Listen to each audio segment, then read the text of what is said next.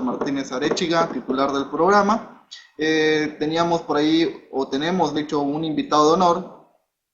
Viene con un tema muy interesante, un tema que por lo particular a veces lo dejamos muy aunado, muy aislado de todas las necesidades que requiere también el contribuyente, ¿no? Y es la protección al patrimonio. El invitado es el licenciado en Derecho y contador público Roberto Valenzuela.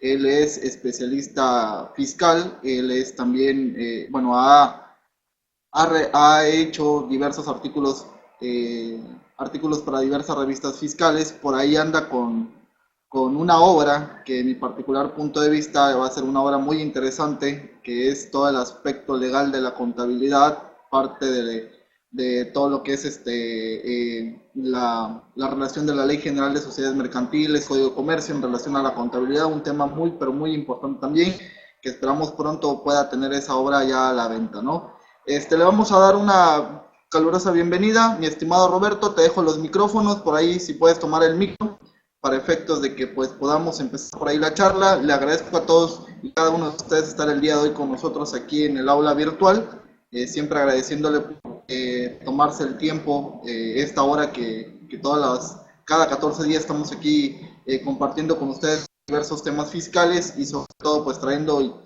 invitados de lujo y de honor como el que tenemos el día de hoy. Estimado Roberto, te dejo por ahí el aula.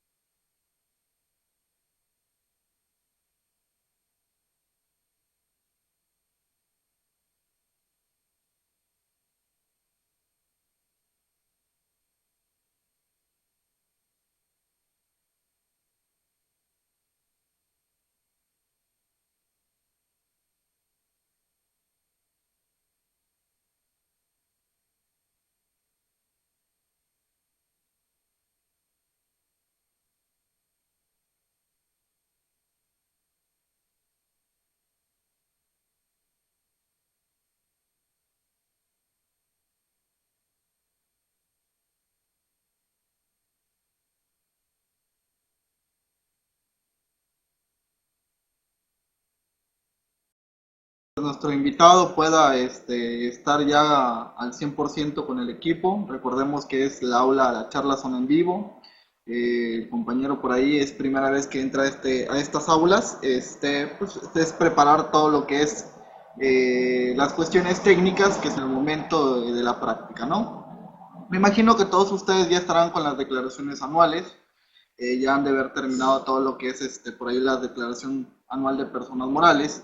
Y por ahí, afortunadamente, tuvimos la oportunidad de poder compartir con ustedes un curso completo de lo que es toda la declaración anual de personas morales, que desafortunadamente no dio tiempo de terminarlo, de culminarlo, porque pues, el curso daba para más de 5 horas, el tema estaba en un lapso de 4 horas, esperando que por ahí haya quedado claro todo lo que pudimos ver. Me estuvieron llegando muchas preguntas al correo, por Facebook, muchas personas preguntando sobre lo que es el cierre anual de personas morales. Espero poder haber ahí apoyado a todas las personas que por ahí nos hicieron llegar sus preguntas. Y ahorita pues seguramente todos ustedes ya han de estar con la declaración anual de personas físicas, ¿no? Que es parte ya del mes donde estamos o seguimos todavía en marcha forzosa para culminar todo nuestro gran trabajo del ejercicio anterior, ¿no? Vamos a ver si por ahí la próxima semana, bueno, no la próxima semana, ¿verdad? De aquí a 14 días más, retomamos por ahí el tema de personas físicas y nos vamos directamente para algunas estrategias fiscales que podamos tocar para efectos de las personas físicas. Esperando que todavía nos dé tiempo, y sobre todo lo que es el llenado de la declaración anual de las personas físicas, ¿no? Que sabemos que ahorita pues ya los sistemas informáticos que tiene el SAT para efecto de presentar la declaración anual de personas físicas como la de personas morales, pues es muy factible, muy sencillo para poder trabajar, ¿no?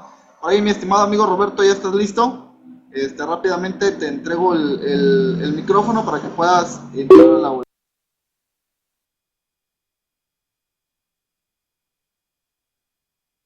¿Qué tal? Buenas tardes, ¿ya me escuchan?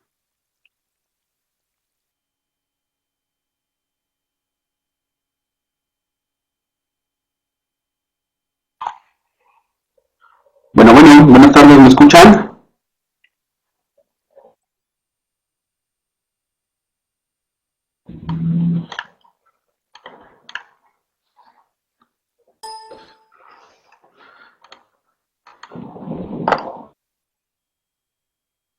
Buenas, buenas tardes, ¿me escuchan?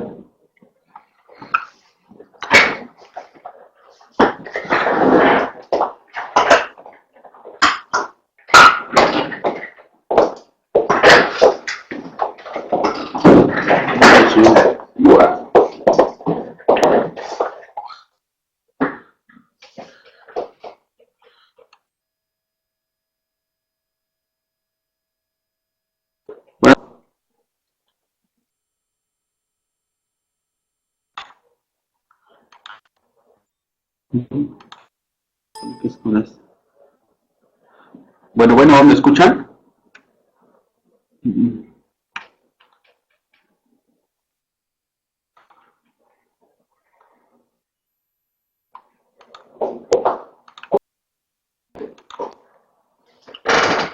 Por ejemplo, los hijos de escuchaba a los demás. Ah, ok. Bueno, me están avisando que ya me escuchan, nada más por favor confírmenme. Bueno, pues buenas tardes nuevamente. Pues gracias por la invitación, Víctor. Para mí es un honor, es un agrado y desde luego, pues viniendo de ti la invitación, encantado en la vida, te reconozco como un contador con mucho empuje, con mucha determinación, mucha decisión.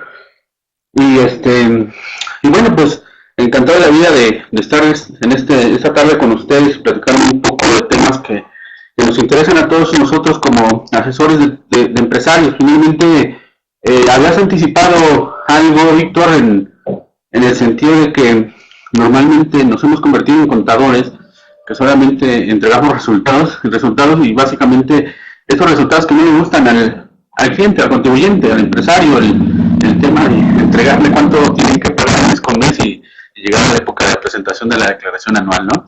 Entonces, yo creo que nuestra profesión es tan amplia, tan bonita, tan oportuna en cuanto a la posibilidad de dar mucho más servicios que solamente esto, entregarle documentos al empresario para que pague impuestos. La verdad es que las posibilidades son amplias y bueno, pues ese es el tema que vamos a tocar el día de hoy, lo relativo a cómo ser un asesor que permita que el cliente, el contribuyente tenga una opción pues, mucho más mucho más completa y obviamente pues que nuestros servicios sean integrales y de una calidad que rebase las expectativas de los clientes, ¿no? Y bueno, pues obviamente también se convierte en una oportunidad de negocio, ¿no? Dejemos de ser nada más elaboradores de declaraciones para ser asesores patrimoniales, que ese es el tema que hoy nos ocupa. Y bueno, a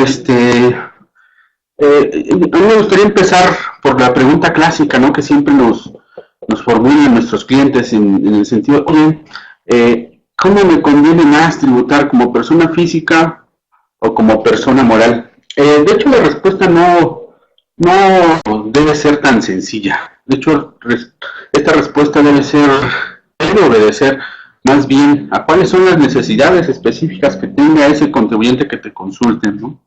Porque vamos a tomar en cuenta muchos factores, desde luego, incluso su situación matrimonial, si es que está casado, para definir y decidir qué respuesta darle a ese cliente que te consulta. De ahí, justo en la primera consulta, yo siempre considero que empieza la planeación y la protección patrimonial. De hecho, el matrimonio también implica planeación fiscal.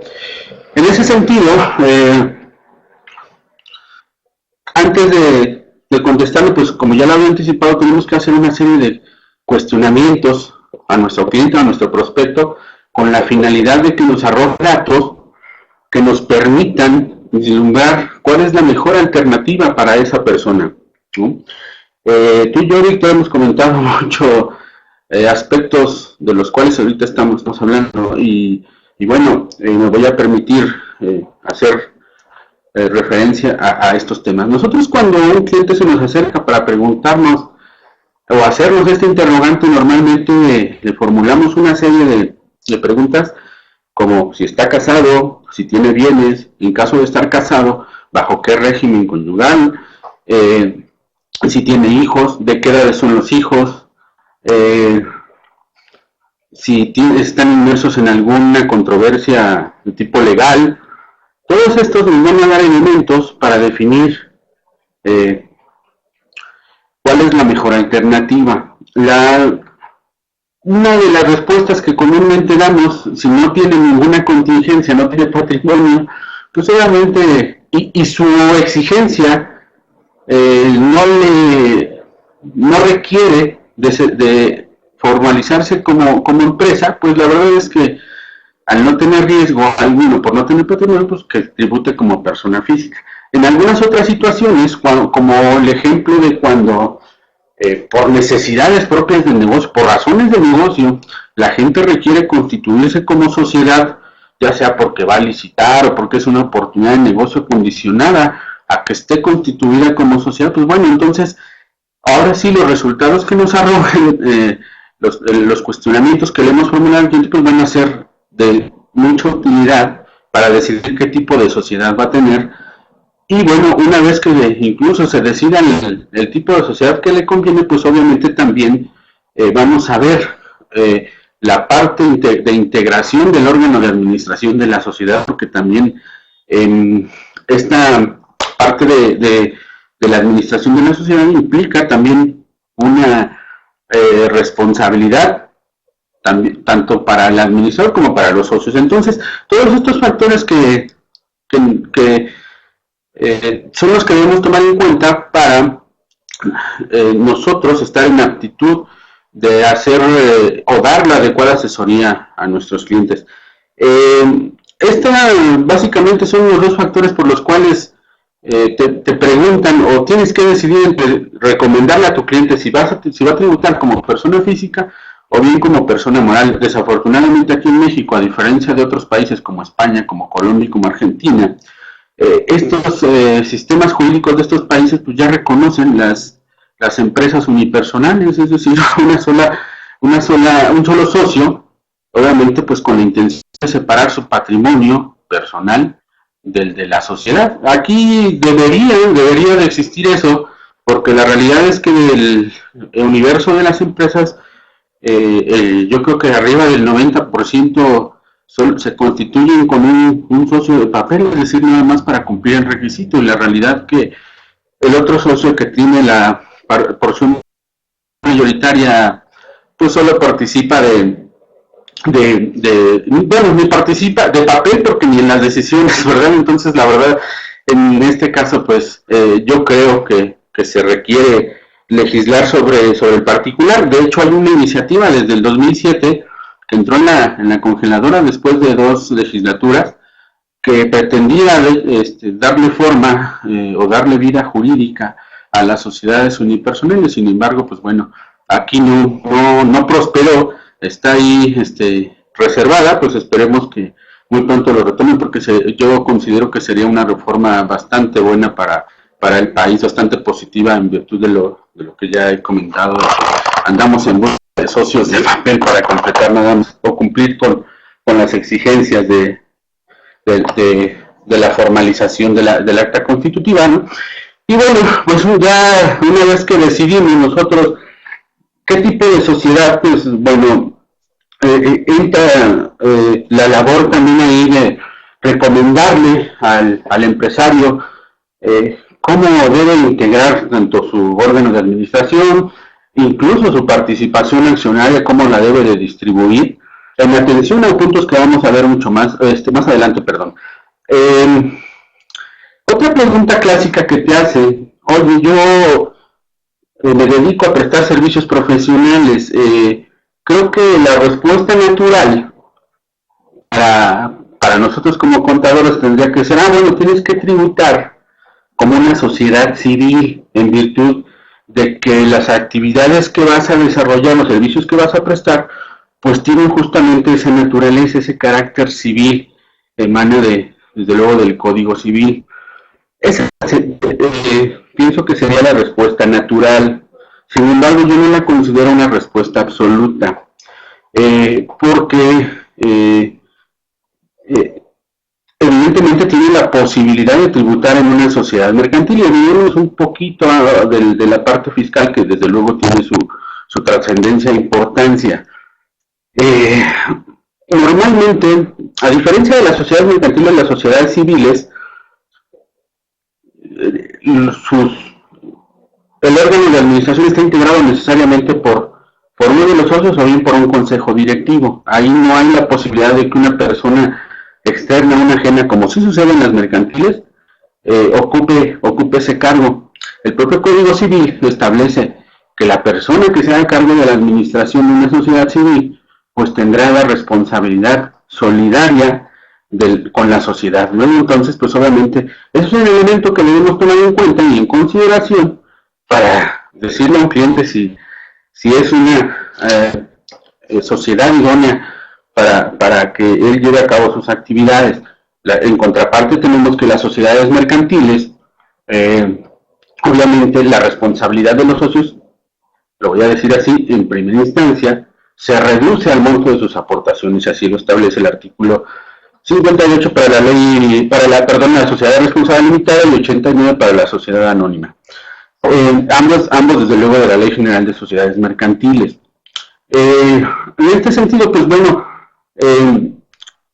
ahí, a diferencia de la civil, voy a ser reiterativo, pues aquí la responsabilidad de los socios se reduce al monto de sus aportaciones, y voy a repetir porque quiero ser reiterativo y quiero poner énfasis en esta parte, en que en primera instancia solamente tendrían responsabilidad hasta por sus aportaciones. Entonces, aquí podemos tener 2 elementos clave para decidir qué tipo de sociedad le conviene más, y no nada más tomar en cuenta, desde luego, la naturaleza de los actos que pretende llevar a cabo, es decir, el objeto social que va a desarrollar, porque hay cuestiones que son de mucho más trascendencia. Recuerden que de lo que estamos hablando es de protección patrimonial.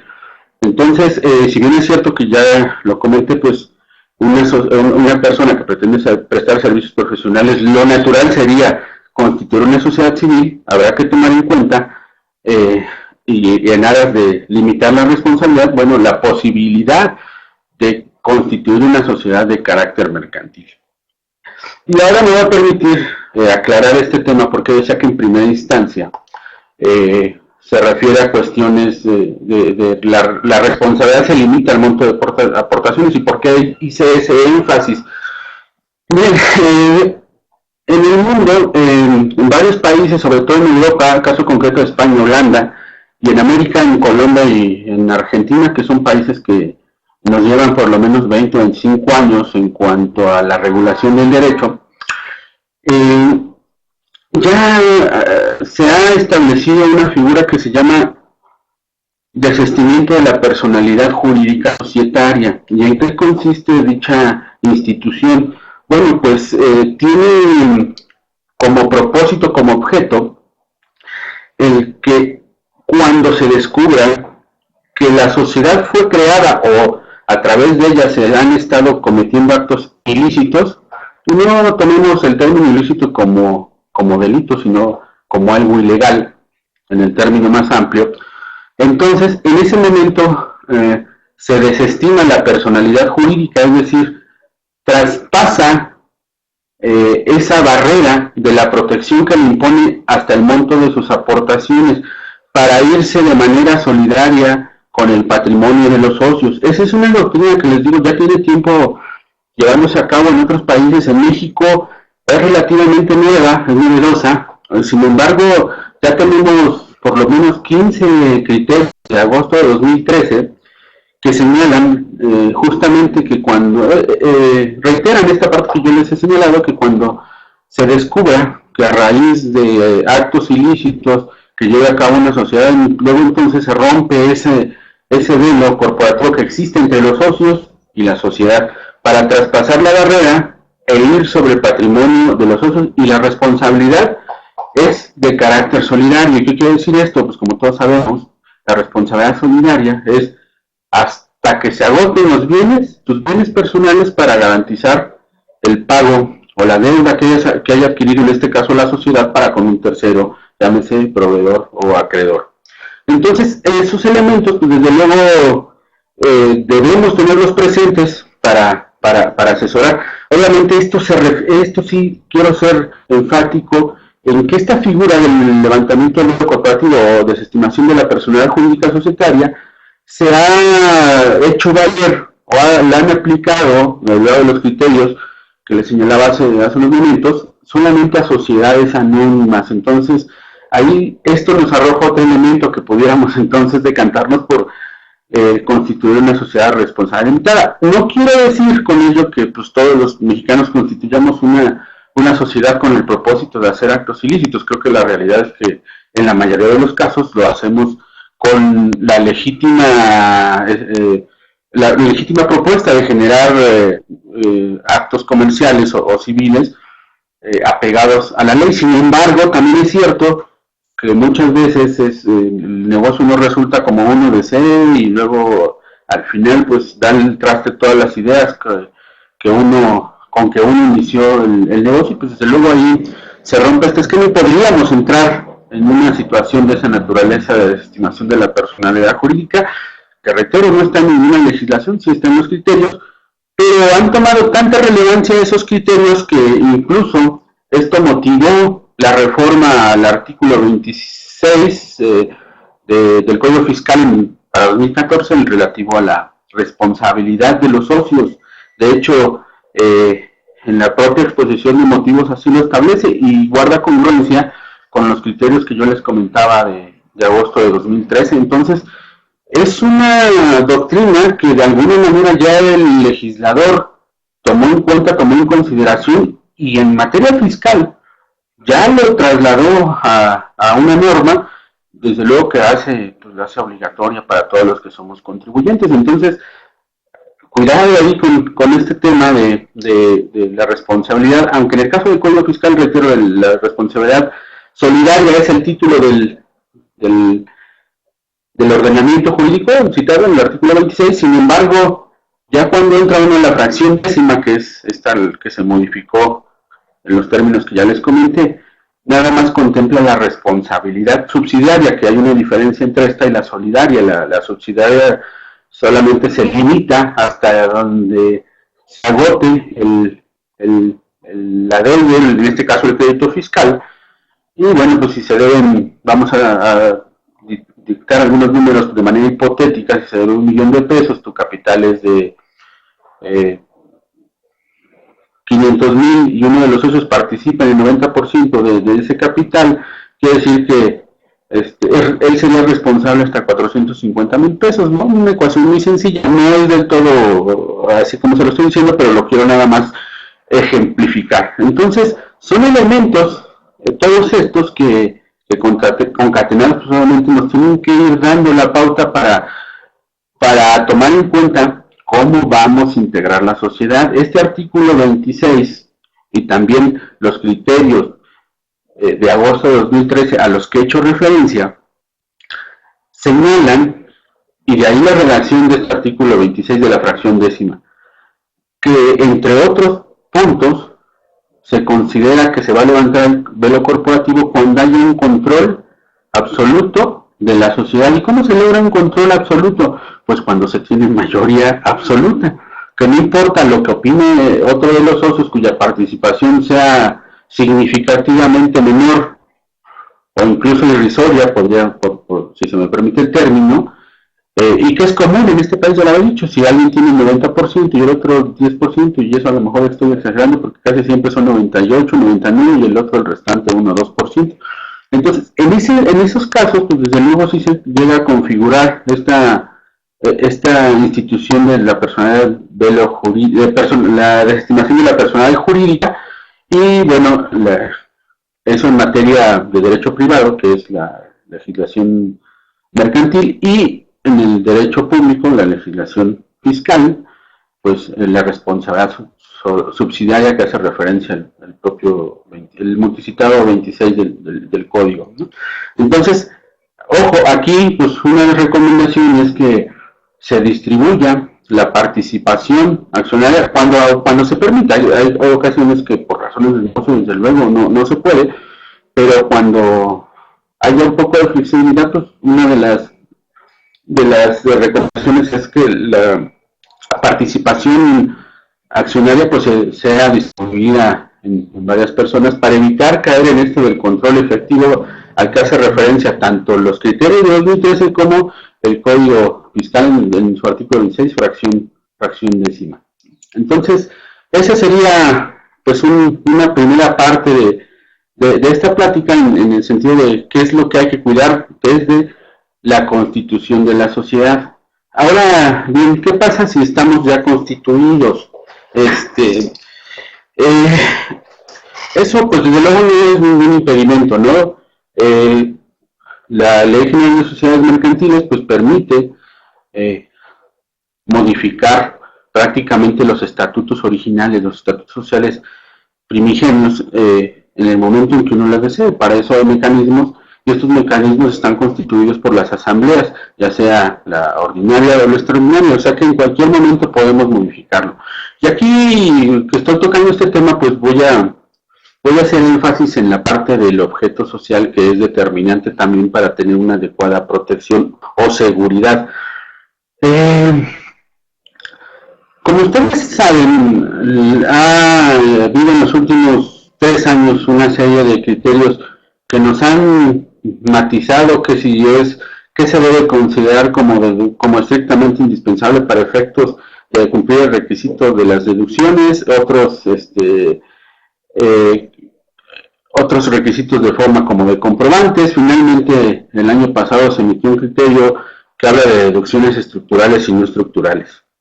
Y este criterio pues vino a revolucionar todos esos criterios anteriores que hacían referencia al término estrictamente indispensables, porque justo esta jurisprudencia se sale de esos términos que siempre nos hemos peleado como contadores, que quiere decir estrictamente indispensable, y le hacemos mil interpretaciones y al parecer cuando todo está escrito, de repente el Poder Judicial dice lo contrario, y así sucedió con este tema de las deducciones estructurales y no estructurales.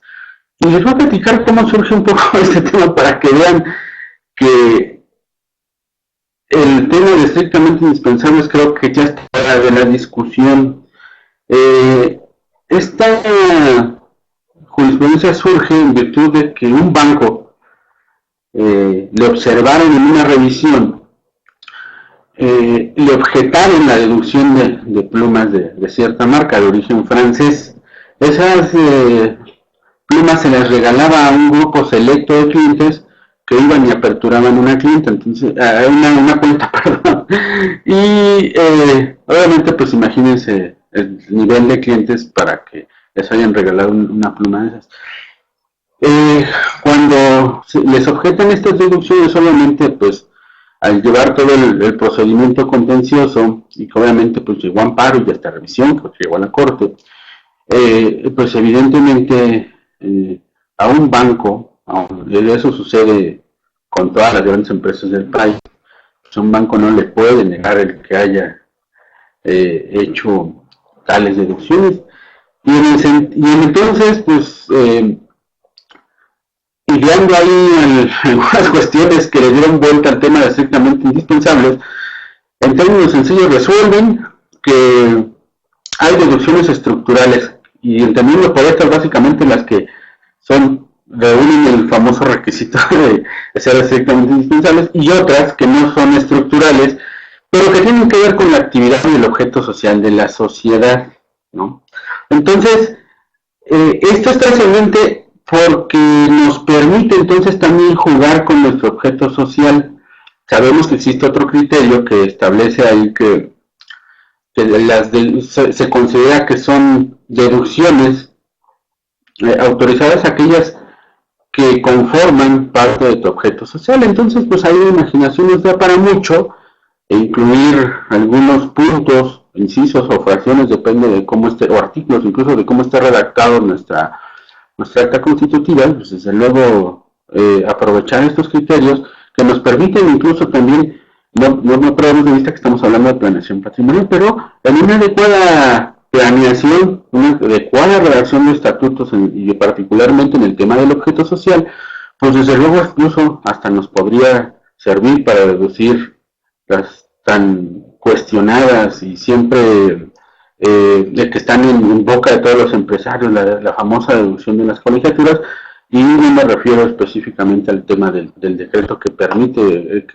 deducir vía estímulo fiscal, o bueno, aplicar, no deducir, perdón, un estímulo fiscal de colegiaturas, pero no me refiero a eso, me refiero a deducirlos al 100% bajo, pues obviamente utilizando estos criterios a favor del empresario, reitero, mediante un objeto social bastante bien determinado. Entonces, estas son ideas que nos permiten desde luego ir fortaleciendo la estructura, digamos, si se me permite el término, la estructura ósea de una sociedad, que nos van a permitir, o al empresario, pues fortalecer muchas cuestiones que normalmente son de carácter conflictivo.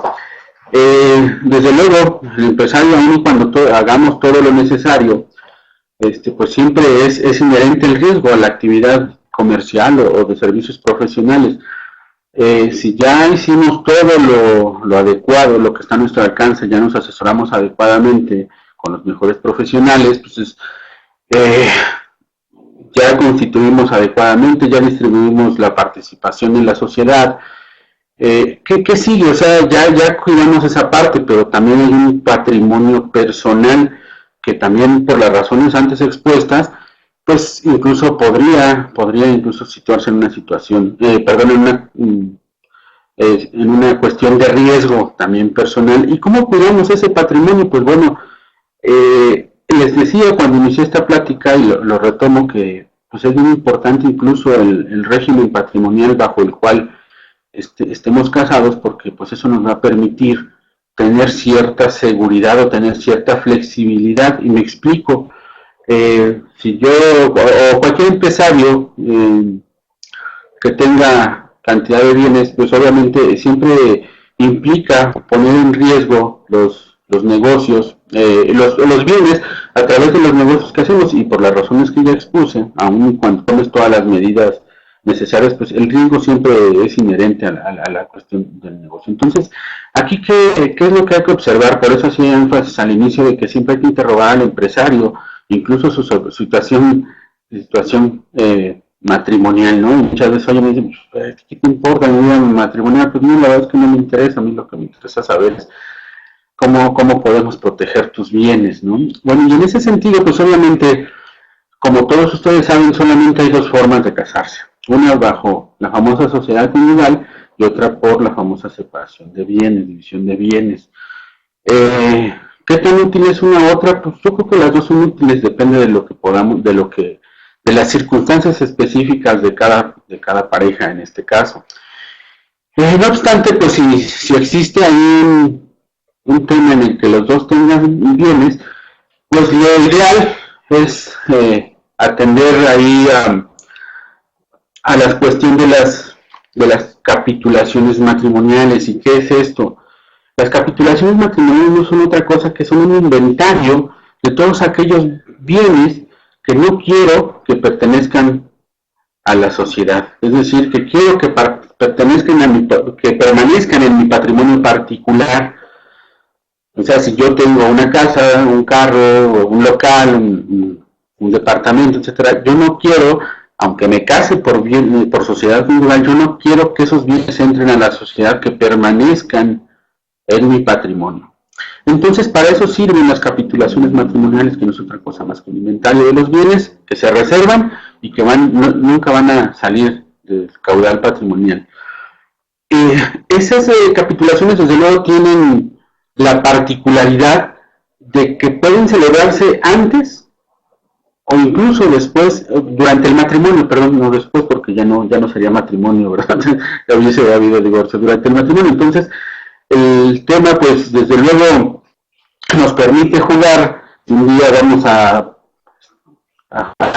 constituir un negocio que lleve implícito cierto riesgo, pues tenemos estas herramientas que nos permiten ir pasando el patrimonio de uno a otro. Desde luego tiene un costo, al final de cuentas siempre hay que pagar un costo, pero midiendo el costo-beneficio, pues desde luego es siempre mejor plantear estos esquemas y tomarlos en cuenta, porque el riesgo pues obviamente sería mucho mayor, perder los bienes, no ponerlos en riesgo. Entonces esta sería una alternativa. Mencionaba también que siempre cuestionamos sobre el tema de si tienen hijos, si son mayores de edad, si son menores de edad, si están tributando y en todo caso en qué régimen, porque pues eso nos va a permitir también jugar ahí con estas figuras. Podemos, en el caso de no querer correr ningún riesgo, pues jugar con el tema de donaciones, de cesión de derechos, para que nosotros tengamos la seguridad de todo lo que estamos poniendo en juego en el negocio, pues obviamente no corra riesgos y que quede en mi familia, no que se quede un tercero, incluyendo pues el fisco, el IMSS, el Infonavit, y más ahora que pues se han vuelto inquisidores, ¿no? Y la realidad es que lo que debemos hacer de verdad, y esto es como promover esta cultura de la protección patrimonial, porque la realidad es que la mayoría de los empresarios son omisos en ello, y también yo lo creo que como contadores tenemos esa obligación de promover estos esquemas de protección con el contribuyente, porque nos dan un plus. Entonces, la donación, pues desde luego, pues, tiene ciertas formalidades. Alguien me preguntaba justamente hace un rato, nos consultaban que si la donación entre cónyuges requería de llevar a cabo el contrato, pero pues la respuesta pues desde luego es que no en primera instancia, porque si existe sociedad conyugal, pues obviamente ya los bienes ya están en el caudal patrimonial de la sociedad. Entonces no podría operar ahí la cuestión de la donación de los bienes que ya formen parte del patrimonio.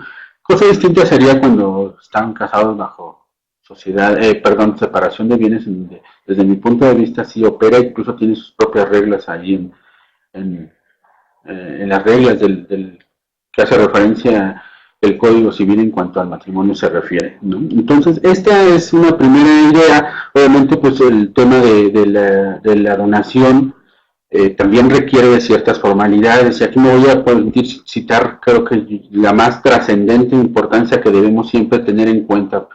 para no ser omisos en su observación. Y es la relativa a que todos aquellos contratos, todos aquellos actos jurídicos que den origen a una donación y que superen los 5,000 pesos, eso está establecido en todos los códigos civiles estatales y también en el federal, tendrán que sujetarse a protocolo, es decir, tendrá que darse formalidad a través de un fedatario público, y en este caso pues tendría que ser un notario, el corredor público por sus facultades específicas de actos de comercio no podría, estaría impedido, así es que tendría que ser a través de un notario, porque si no lo hacemos, no surte efectos ante el tercero, no cobra eficacia jurídica el acto de la donación.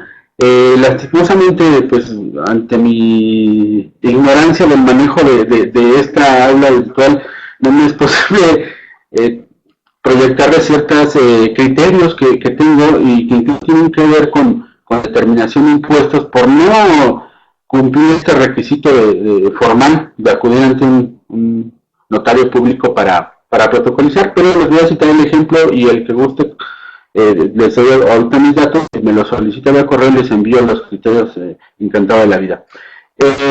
Muchos, a raíz del impuesto a los depósitos en efectivo, empiezan a mandarnos estas famosas cartas de invitación, y bueno, pues una de las defensas naturales de la gente, ¿cierto?, fue donación.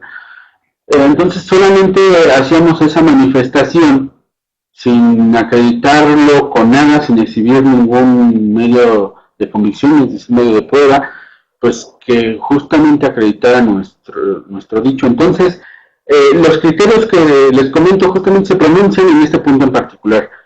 Para que opere la deducción, se considera que esta debe de cumplir con el requisito de estar protocolizada cuando supere el importe de los 5,000 pesos. En caso contrario, se considerarán ingresos acumulables. Entonces, de ahí ya tenemos una aproximación muy seria o más que aproximación, pues podemos dimensionar la importancia de cumplir con este requisito, porque luego de repente nos quedamos ahí cortos. Y aprovecho este comentario de la donación, porque también, como ustedes saben, ha sido ya muy recurrente y de hace unos años a la fecha en que el SAT, al momento de determinar mediante las revisiones, ya sea de gabinete o bien a través de las visitas domiciliarias, el tema de los famosos préstamos que exige que tengan cierta formalidad, y exige de manera indebida el SAT que estos contratos que nosotros exhibimos como medios de prueba estén por lo menos presentados a reconocimiento de firma ante un notario, cosa que es excesiva por parte de la autoridad, porque derivado de las disposiciones aplicables que le regulan, no nos exige tal requisito, es decir, acudir ante un notario para que tengan validez y surto efectos ante terceros. Afortunadamente ya últimamente se han emitido sentencias favorables porque han flexibilizado estos criterios a raíz también, desde luego, y hay que señalarlo, de la intervención de instituciones como Prodecon, ¿no? que sí han constituido una ayuda interesante, por lo menos en ese tema. Y entonces retomo el caso de que hay contratos que para que surtan efectos, o actos jurídicos, para no reducir a los contratos, que para que surtan pleno efecto jurídico, tienen eficacia legal, deben de cumplir el requisito de la formalización, es decir, deben de tener la famosa fecha cierta que dice el SAT. Esos contratos, si no mal recuerdo, esos actos jurídicos, perdón, es solamente la donación y la compraventa de bienes cuando superan, por decir un número de cerrado, son cerca de 300,000, si no mal recuerdo, lo que establece nuestro Código Civil en el Distrito Federal. Cuando se rebasa esa cantidad, y también el mandato cuando rebasa de 2,000 pesos debe formalizarse, es decir, un poder, para decirlo en términos simples. Esos son los únicos requisitos, documentos o actos jurídicos que nos exigen las disposiciones legales aplicables que se formalicen para que surtan efectos ante terceros. Entonces el SAT siempre le ha agregado este requisito de la formalización a actos como los contratos de MOP. Entonces es importante señalarlo, tomarlo en cuenta para cuando nos enfrentemos a un tema de esta naturaleza. Figura que es muy importante tomar en cuenta en aras de garantizar la protección patrimonial, pues es la famosa, el famoso patrimonio de familia. Aquí sí varía de estado a estado el monto que se considera patrimonio familiar, y en algunos estados vale mucho la pena. Si no me recuerdo, en Querétaro incluso supera los 2 millones de pesos. Ahí yo les recomiendo que cada uno acudamos a nuestro Código Civil para verificar cuál es el monto que se puede proteger como patrimonio familiar, y que una vez protegido a través de un procedimiento tipo judicial ante un juez de lo familiar, tengamos ya inscrito en el registro público correspondiente a la entidad en donde nos encontremos, y que pues una vez que esto suceda, no me atrevo a decir que prácticamente está, pero ya tenemos un gran avance. O sea, ya es muy difícil que llegáramos a comprometer ese patrimonio familiar por un conflicto legal en que nos podríamos ver inmersos. Entonces, ese es otro tema que hay que observar detenidamente, el patrimonio familiar. Hablamos un poco del tema de la donación, y bueno, pues existen otras figuras, como en el caso de los empresarios nos consultan: oye, pues yo tengo cierto patrimonio, quiero donárselo a mi hijo, pero quiero yo disfrutar de ese bien por lo que me queda de vida. No quiero que se lo regale a mi hijo. Y pues como desafortunadamente se han conocido muchos casos en que pues los hijos se desentienden de los padres, e incluso pues hay ingratitud, y luego la gente pues está sufriendo porque no puede ni siquiera gozar de los bienes que legítimamente le pertenecen, porque ya hubo un acto formal mediante el cual pues se transmitió el patrimonio. Para evitar eso, pues desde luego recomendamos el tema de la nueva propiedad, es decir, el que se constituya el usufructo, que no es otra cosa más que el uso disfrute de los bienes ajenos, ¿no? Entonces, en este caso, para ponerlo en claro, pues del empresario al hijo se constituye el usufructo, pero se reserva la nueva propiedad con el fin de que el padre, en este caso, pues siempre mantenga la posición material del bien, no jurídica, porque la jurídica ya le corresponde ya al hijo. Entonces, este tema tampoco es tan explotado, y que incluso nos da un poco también para hacer cierta planeación fiscal con bienes. La verdad es que es una figura que podemos explotar de una manera bastante interesante. Les recomiendo que lo hagan. Hay otra figura adicional que se trata de la habitación, que a diferencia del usufructo, que habla aquí nada más se reserva a la habitación, igual sobre todo constituirse sobre un bien inmueble, pero se garantiza la habitación del propietario por todo lo que le quede de vida. Entonces es otra forma también de protegerse, y también no nada más contra el hijo. Quiero aclarar también, al tener que inscribirse en el registro público de la propiedad, pues es muy difícil que alguien ejerza alguna acción o pretenda gravar el inmueble, el patrimonio, cuando están constituidas una de estas figuras. Entonces, pues hablamos ya de la importancia y trascendencia de cómo constituirnos, que no es tan importante, o bueno, es importante, pero no es definitivo, la naturaleza jurídica de los servicios o los actos que vamos a llevar a cabo. O hay cuestiones más interesantes que tenemos que sumar a las cuestiones patrimoniales para nosotros recomendarle al empresario cómo debe constituirse. Debemos aprovechar figuras que tenemos a nuestro alcance, como ya lo mencioné, el tema del patrimonio de familia, el tema del usufructo, el tema de habitación, que reitero, estas últimas dos figuras también tienen un efecto fiscal interesante cuando le encontramos la cuadratura del círculo. De verdad, puede representar un buen ahorro. Otra figura mucho más elaborada, desde luego, pero que también implica beneficios, pues sería la constitución de fideicomisos, en donde pues prácticamente, si se cuenta con un patrimonio interesante, pues se constituye el fideicomiso, se ceden los bienes. En el caso específico lo hemos hecho para garantizar los estudios de los hijos, incluso de los nietos, ¿no? Entonces es otra figura bastante interesante, pues que requiere de un buen rato de estudio y poder aterrizar todo esto. Y bueno, creo que el tiempo destinado para este espacio es 1 hora, que nos quedan 8 minutos. Voy a ceder el micrófono a Víctor y una vez más agradezco, Víctor, la invitación que me hiciste. Estoy muy emocionado, la verdad, de haber participado porque pues conozco a mucha gente de la asociación que maneja estas charlas. Conozco a Santa, con quien he coincidido por lo menos en Mexicali, en Cancún y me parece que por ahí en Jalapa, a quien mando un saludo y un saludo a todos los participantes.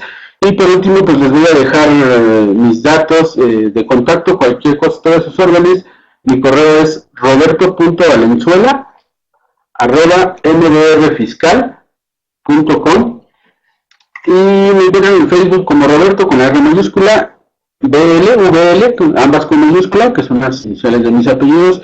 Y pues agradecer el que me hayan escuchado. Nuevamente, Víctor, mil gracias a ti por cederme este espacio, por prestarme este espacio y encantado en la vida de haber participado. Muchas gracias, Víctor.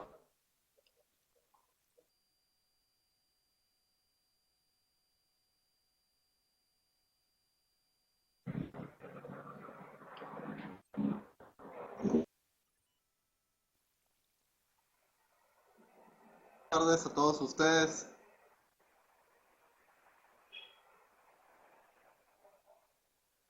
Bueno, saludos a todos ustedes. Te agradezco inmensamente, mi estimado amigo y más que nada maestro, Roberto Valenzuela. Es un gusto, un placer, un honor tenerte aquí con nosotros. Sobre todo considero yo que todos los que están en el aula en estos momentos oyendo tu plática, tu charla, seguramente han de haber quedado igual que yo, motivados por la plática, muy interesante, con muchas ideas que quisiéramos ya aterrizar con lo que tú nos acabas de señalar y precisar. La verdad da para mucha estrategia fiscal, varias de ellas pues he recurrido a ti para poderlas armonizar y analizar y poderlas aterrizar y han quedado excelentes, ¿no? Este tema da mucho a debate, son temas muy amplios, muy complejos, de mucha lectura, mucho estudio, mucho análisis, pero que seguramente tú nos has dado el panorama general que se requiere para efectos de poder entrar al estudio de lleno y poder ir aterrizando poco a poco todo lo que es esta protección al patrimonio, que seguramente recae todo lo que es en una figura jurídica de no solamente en la protección del mismo patrimonio, sino todo lo que es parte de las deducciones para efectos de personas morales. Y sobre todo, ¿no? Nos diste 3 momentos muy específicos que podemos ver claramente, ¿no? La protección del patrimonio desde anticipadamente desde la constitución de la sociedad, que muchas veces lo dejamos a un lado, lo dejamos como sin ninguna importancia, no le damos una importancia como tal, pero que pues dentro del momento en que nosotros nos constituyemos o constituimos una sociedad y somos socios de ella mismas, pues inherentemente lleva un riesgo, ¿no? Y tener una protección al patrimonio desde el momento en que tú ya estás iniciando una actividad económica, pues qué mejor que pues poder vender esos modelos de negocio, porque al fin de cuentas, pues lo que nos acaba de comentar nuestro gran amigo, el maestro Roberto, pues es parte de lo que podríamos ofrecer todos los contadores públicos y abogados como modelos de negocios, donde ya no solamente se le podría vender un servicio contable, ¿no? Sino todo lo que es parte de una asesoría jurídica y fiscal que permita proteger el patrimonio de los socios, como poder blindar algunas deducciones que tú ya le diste por ahí de entrada a lo que es parte del objeto social, ¿no? Muy buen tema, considero muy excelente tema. Esperamos seguramente que todos los que estamos aquí en el aula, seguramente quisiéramos volverte a poder escuchar, ya con esto comprometerte, poder de aquí a unos 2-3 meses, no sé, en el tiempo en que tú así mismo estés disponible, poder estar nuevamente contigo en una nueva charla, algún otro tema muy interesante. Por ahí tienes, creo, idea muy importante, porque se los voy a comentar de manera anticipada, va a ser como parte de aquí aquí lo escucharon conmigo en primera plana, ¿no? Por ahí el maestro Roberto seguramente está ya sino a mitad, pero ya arrancando con todo para terminar un libro que seguramente, como lo comenté al principio, va a tener mucho impacto, mucho estudio, mucho análisis, de mucho debate y por lo general muy desconocido todo lo que es parte del velo corporativo, que es un especialista en esa materia. Y pues esperamos pronto tener un poco de ese tema aquí con nosotros y pues seguramente ya cuando esté pues a la venta poder tener ese libro tan interesante que seguramente nos podrá permitir llegar a mejores conclusiones, a mejores decisiones y sobre todo, ¿no?, a tener mejores conocimientos que sobre todo los podamos poner en la práctica, ¿no? Agradezco a todos ustedes, nuevamente te agradezco a ti, mi estimado amigo Roberto. Ahí ya nos dejó sus datos de contacto. En Facebook lo pueden encontrar a él como Roberto BL. Su correo de él es roberto.valenzuela@mbrfiscal.com. Tiene un grupo también de Facebook, por qué no decirlo, para aquellas personas que se quieran agregar al grupo. Es el grupo Fiscal y Legal de Facebook. Ahí lo van a encontrar. Y por ahí también él es el administrador, el creador de ese grupo muy interesante, de mucho debate fiscal.